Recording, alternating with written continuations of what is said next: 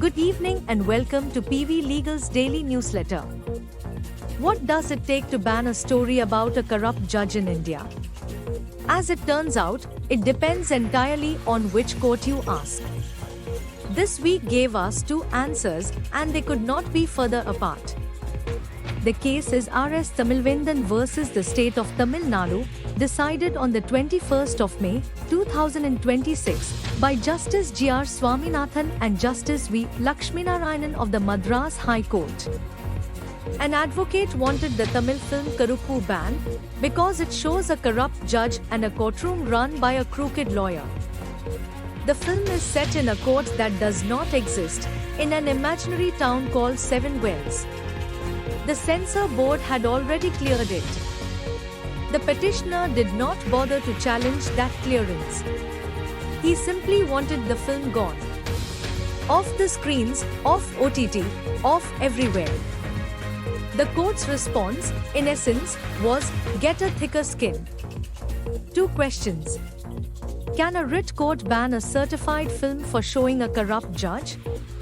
And is a fictional corrupt judge contempt of court under Section 2(c) of the Contempt of Courts Act?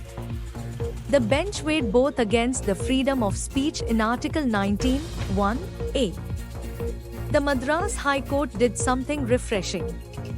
It admitted, out loud, that judicial corruption is real and that judges are not, in its own words, holy cows. It said an artist is free to exaggerate, like the cartoonist who once drew George Washington as a donkey. Then the knockout line. Contempt protects a real court. Seven Wells is fiction, like Malgudi in R.K. Narayan's stories. A corrupt judge in an imaginary court is not contempt. Petition dismissed. No costs. Now hold that confidence up against Delhi. Weeks earlier, the Supreme Court took offense at an insert textbook for Class 8 children. Because one chapter listed corruption among the judiciary's problems. Not a film. Not a cartoon. A school textbook. The response was a nationwide ban, seized copies, contempt notices, and a hunt for the authors that the court has since quietly walked back. One bench told a grown adult to grow broad shoulders. The other could not survive a paragraph written for 13-year-olds. And this is the same court whose Chief Justice was reported, days earlier, to have likened jobless youth to cockroaches and parasites, before clarifying he had been misquoted.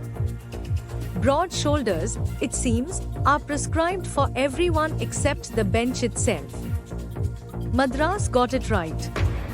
Justice is not a cloistered virtue. The puzzle is why that wisdom keeps getting lost on the way up.